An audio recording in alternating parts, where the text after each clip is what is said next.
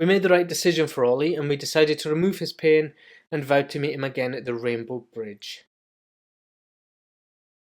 I had never imagined the feelings of guilt and sorrow that would ensue from seeing his beautiful eyes looking right at me, silently asking for the support he had also given me as he went to sleep for the last time. His head and nose moved down and finally rested on the table, as his eyes never moved at all from my face. I could almost hear him say, "I love you, Daddy," as he drifted off and away from us forever. Tears. Welcome to Walks with Sam, the podcast by the same name from the published book with me, the author and your host, Gordon Campbell. Walks with Sam discusses the burning question, do you really understand mental illness? We'll be discussing the journey into and through mental health illnesses and talking openly about real-life lived experience to raise awareness for all who want to better understand when we are victims and when we're being warriors. We know how important mental health awareness is, so you can show your support for free by sharing this podcast and the book with your own support groups, leaving a review on the book on Amazon or Kindle, subscribing to the podcast, or if you'd like to support the unpaid work that we do and you do find it valuable, please do purchase your own copy or gift a copy to others in your life who you think would also benefit. It's an emotional journey ahead, so we will keep it lighthearted, and please do bear in mind that there will be references that may be triggering to some. So please do stop and come back in as you feel necessary. Enjoy the journey, and let's take a walk with Sam. Welcome to our final episode of the Walks with Sam podcast, Outside the Sadness. I'm Gordon Campbell, your host and author of the book, and in this final episode, I'll be talking you through the final chapters in the book, following on from previous lived experiences and the final entries of Sam's journal in our previous episodes of the podcast. As a final episode, this will be your opportunity to hear how Sam has progressed, having continued to live with his mental health conditions, and allow you some time to gain some closure to some of the issues that we've been hearing throughout the podcast in each chapter. So do take some time out to settle into it and try to better understand that journey of mental illness. Remember, please do take a break if needed and if you feel that any of the content becomes sensitive. Chapter: Tears. Having just finished reading through my journal, I sit here in my office, surrounded by my creativity, as the tears roll down my red, swollen cheeks. My DSLR photography camera by my left side, next to the pile of research papers and books on my right. My stacks of notes and letter dividers with completely unused and probably unnecessarily stored documents, but I deviate. I've been crying for a few reasons, and not all of them irrational.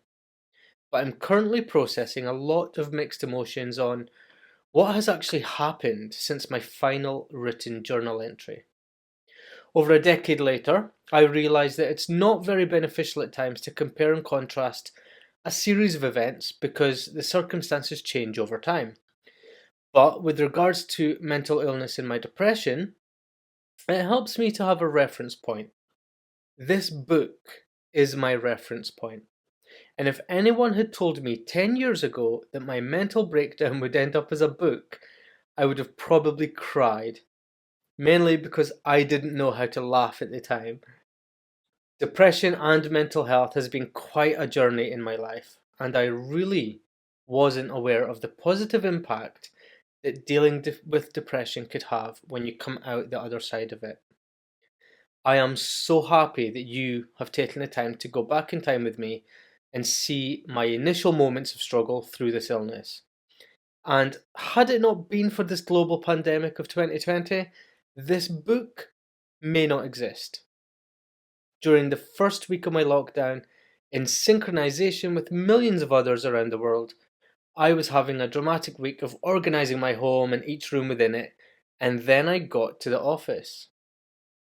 As I sifted through all of my books and paperwork from the last 15 years, organising books into size order, shredding out-of-date paperwork and bills, I noticed an A5 ring-bound notebook with dividers.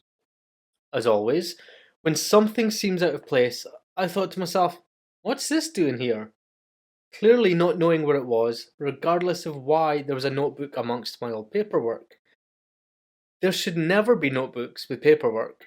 I knew that because I'm quite specific about where I put my notebooks. Always have been. Whilst I flipped through the blank pages at the start, I thought it was just a spare notebook. Then, as I threw it to the side of the use later pile, the writing midway through the book caught my eye. Needless to say, sometime later, I'd been reading my journal from all those years ago. As I considered the changes in my life since the dates I was reading, I began to contemplate how useful this information would have been had I read it as much as a week before my life changed forever. I put the notebook down and resolved to return to it and share it with the world in some form. I wanted to provide people with a means to prepare for what I was unprepared for. At the very least, save them some angst and make the awful a little more bearable. For those who are in the midst of their struggles, to find some consolation in knowing they're not alone, and there may be others fighting through struggles alongside them, however far they may be geographically.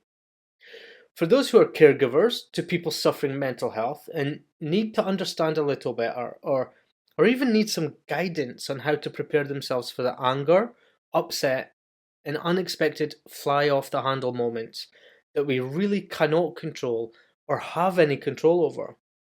It's not easy for any of us, and nobody has it easier than others in this fight against mental illness.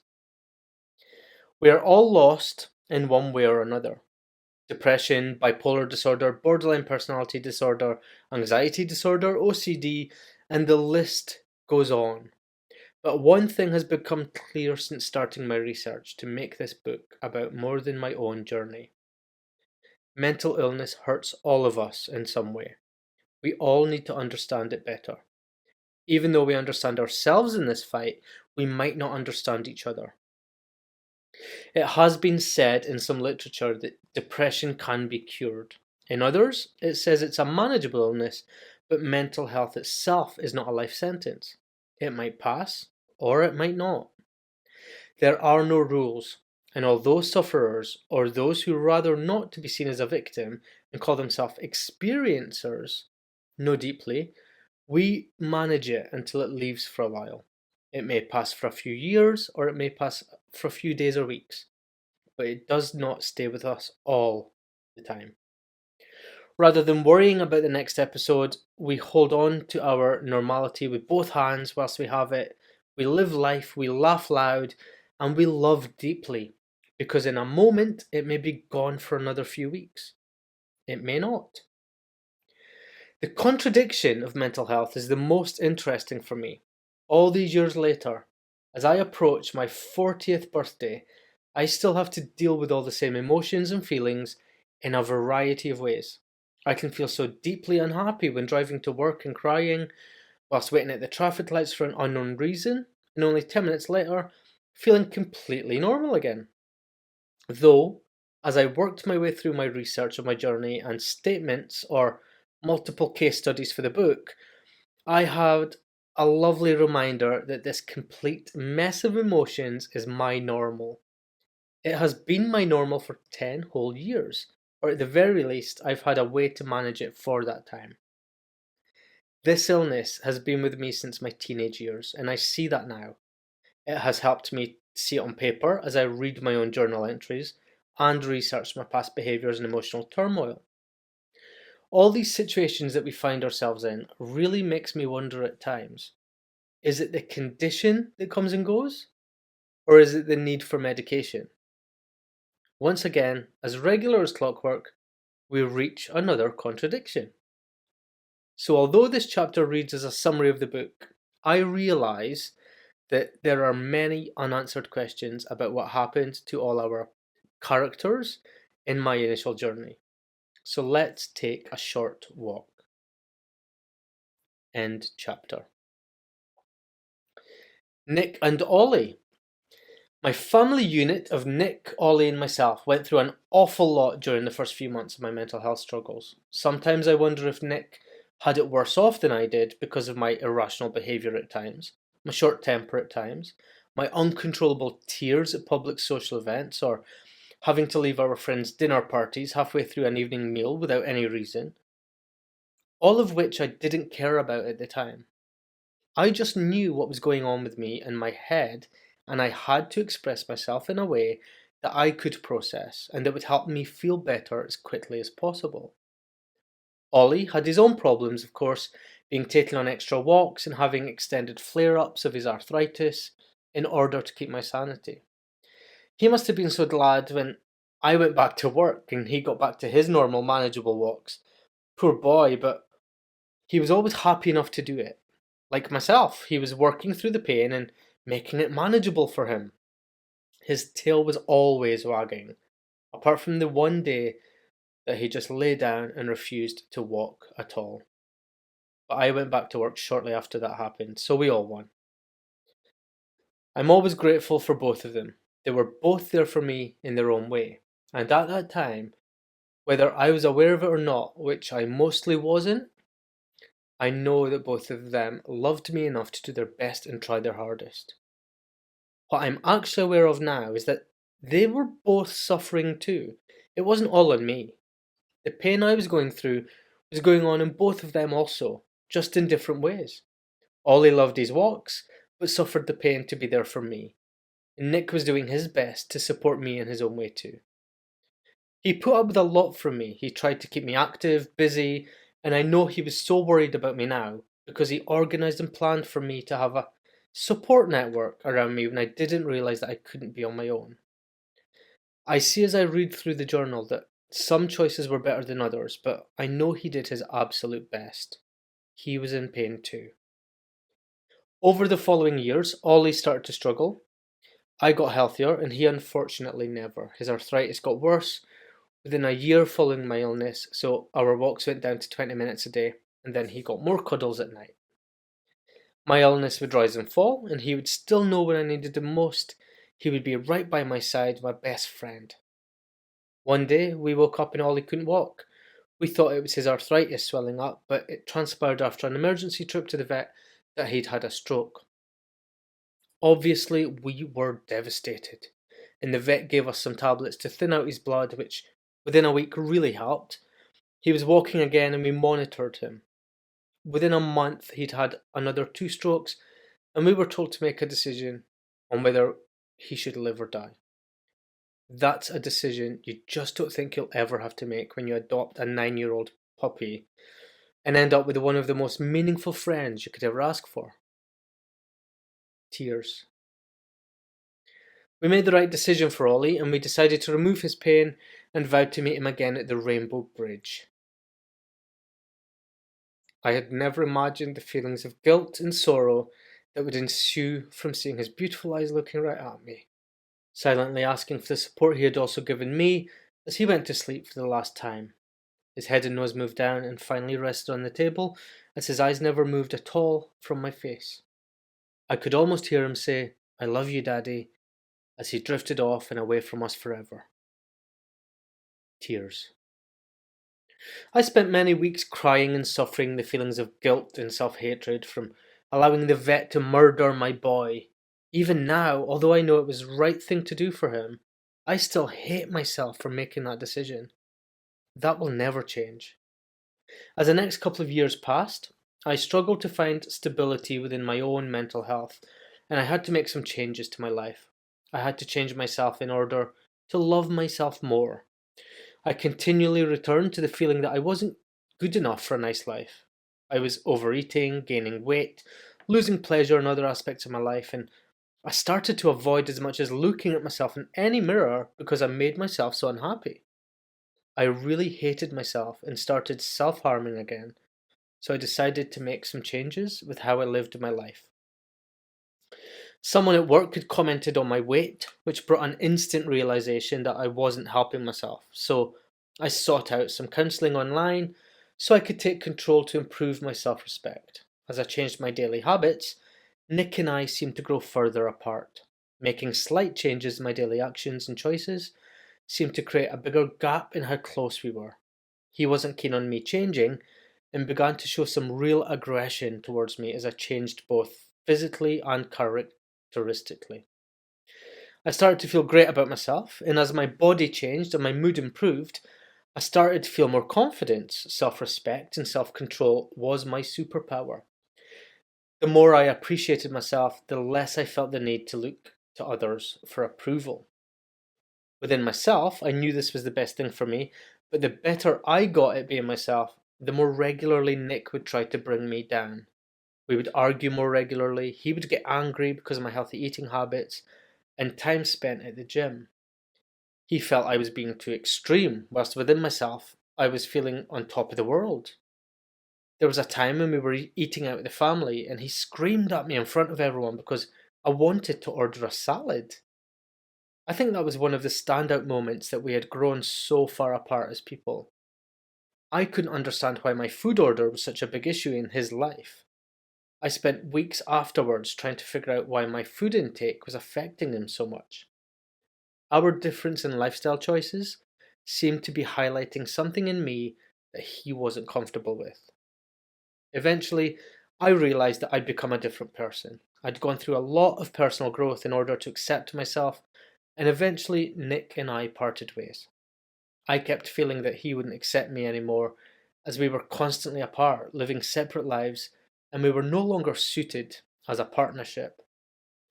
At the time, I hadn't seen it coming, but looking back when I'd proposed, he hesitated before saying yes.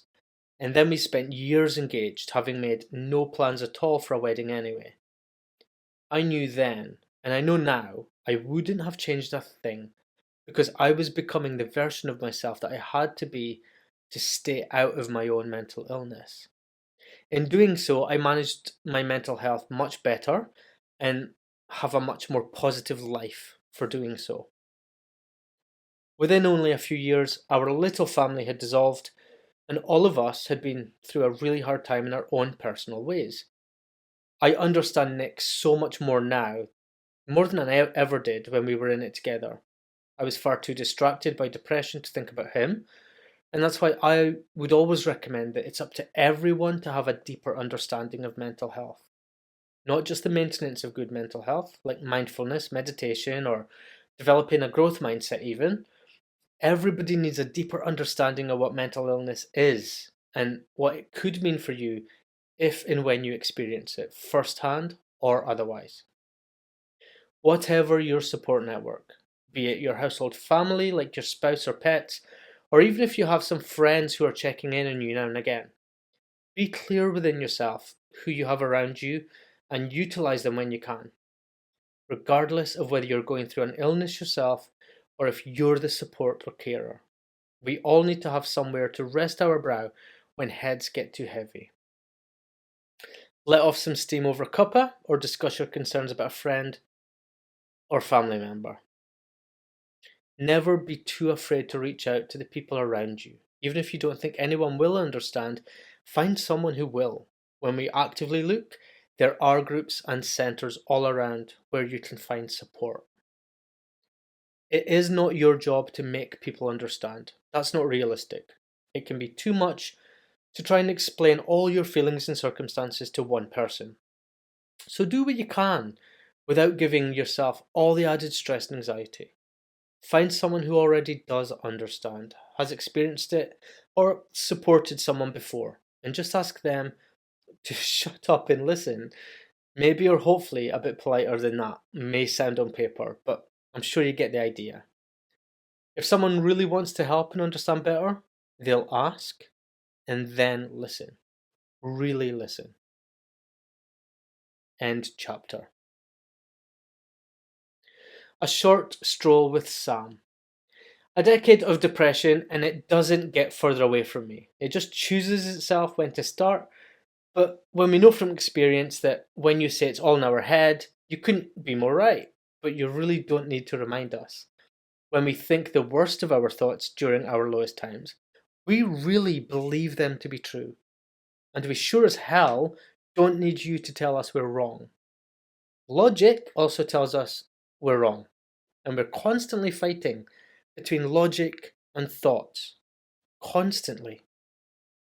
As we stroll along, we look around at all the beauty of the green fields, the blossoms on the trees, the joggers with their bright clothes and their physically fit bodies. Having you next to me to keep me company is all so brilliant. It's all so beautiful. There's so much beauty around. But if I look down ever so slightly, within that one single moment, I notice the dog poop, and just at that moment, without enough time to change course, it's too late. I've stepped in it and it's ruined my brand new white pumps. Does all the beauty around us mean there's no dog poop? Of course not. Will all the fantastic things in my life stop the dog poop existing? Of course not. Sometimes, completely unexpectedly, the dog poop catches us by surprise, and we are temporarily inconvenienced whilst we find a few beautiful leaves to wipe the mess away.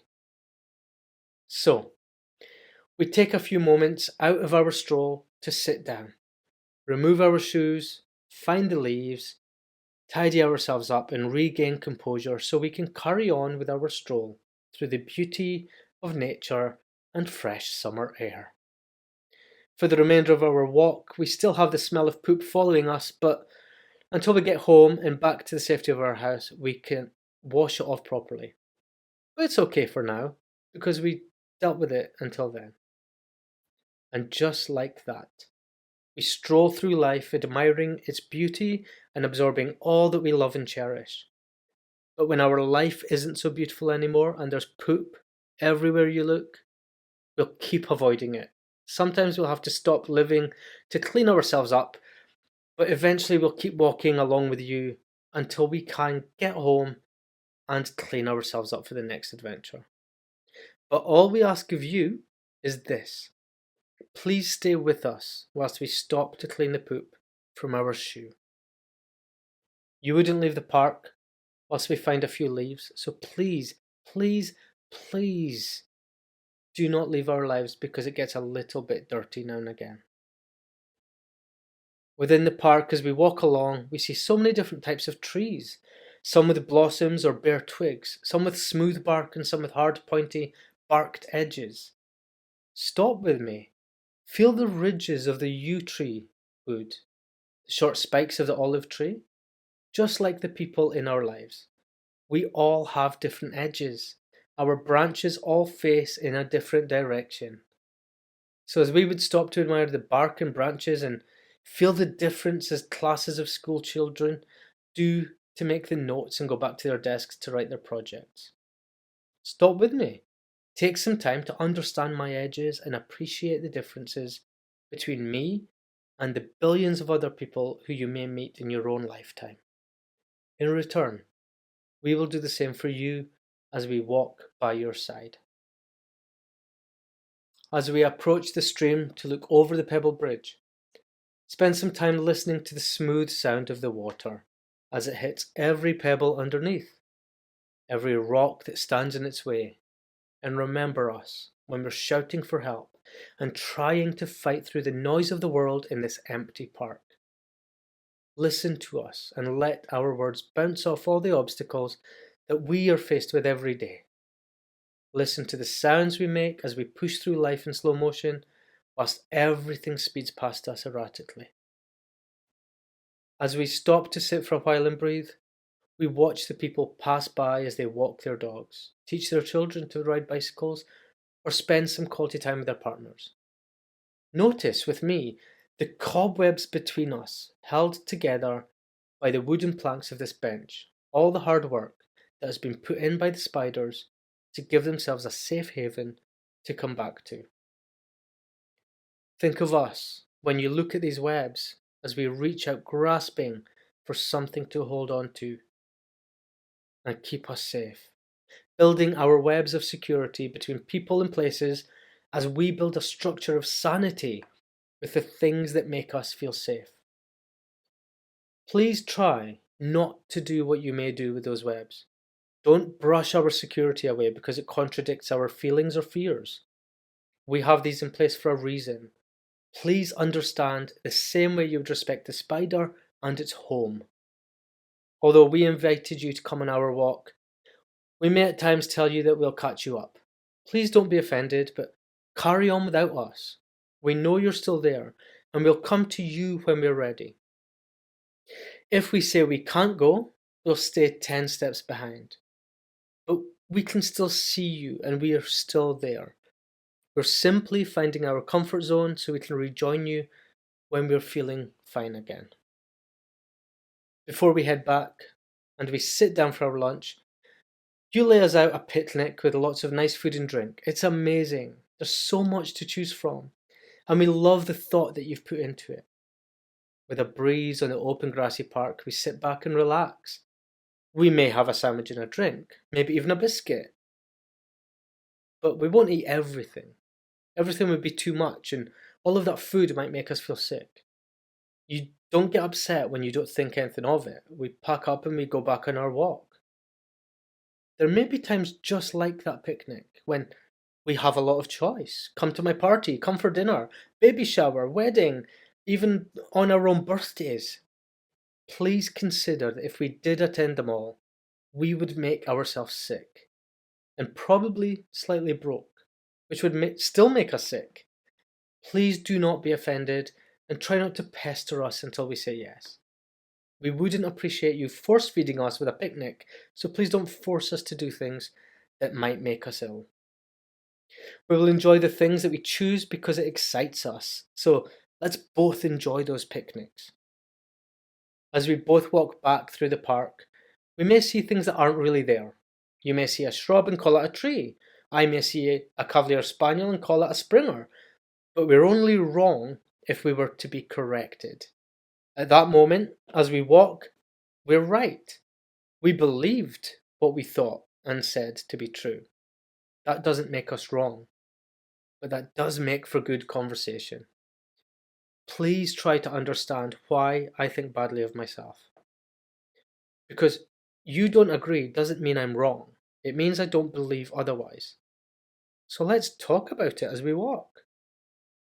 If it's not very easy for you to understand, take some time to sit down with us again. We'll appreciate the effort to know us better. We'll even look out the next park bench for us to stop at. Though as we approach the car park gates and finish up on our stroll, remember that as we leave the park together, we're both still by each other's side. It'll be like we were never anywhere else. Think about our walk like you would think about our lives. There are many things in the park and there's so many acres to cover. We spent a long time together and we did a lot of things. We've seen a lot, we've felt many emotions, and we've talked and we've experienced it all together. We've discussed things that we never intended to, but we've also just talked. No ulterior motives, no judgments, just two friends having a chat together, open and honest, calm and collected. Most importantly, like any close conversation, we've taken the time to listen and do our best to understand. We then get into our separate vehicles and wave each other goodbye. This doesn't mean that we both forget about our walk. We may tell our partners about our fun day at the park, post pictures on social media, drop each other a nice thank you text when we arrive home. Please keep your understanding from our walk, and please remember that whilst you carry on with your life and may have no problems finding your way, I'm still continuously walking through my life with all those daily mental struggles, choices and branches getting out of control, avoiding all those feelings of dirt and disaster and just preparing for the next thing to stick to my shoe. I don't want you to worry about me. I just need you to know that I may need another walk with you in the future. Get home safe. Sam. End chapter. We really hope that you have gained a deeper insight into mental health and well-being and the support that's available to some of the situations that have been highlighted in the book and the podcast.